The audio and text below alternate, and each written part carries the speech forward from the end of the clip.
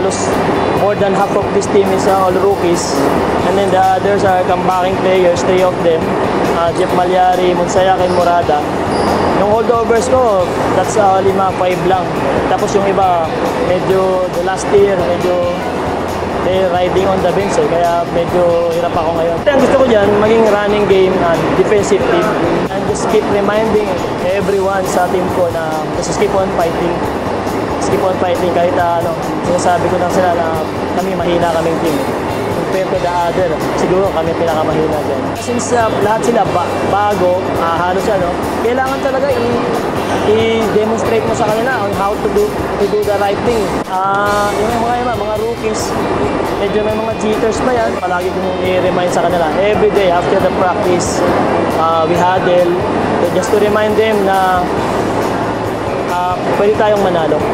Inaano ko sa mind din nila na kaya natin mag-final four. Sila naman nag-response naman na kaya. 3 hours practice every day, talagang rigid training. Lagay ko kaya natin. Together, 3, 1, 2, 3. Together!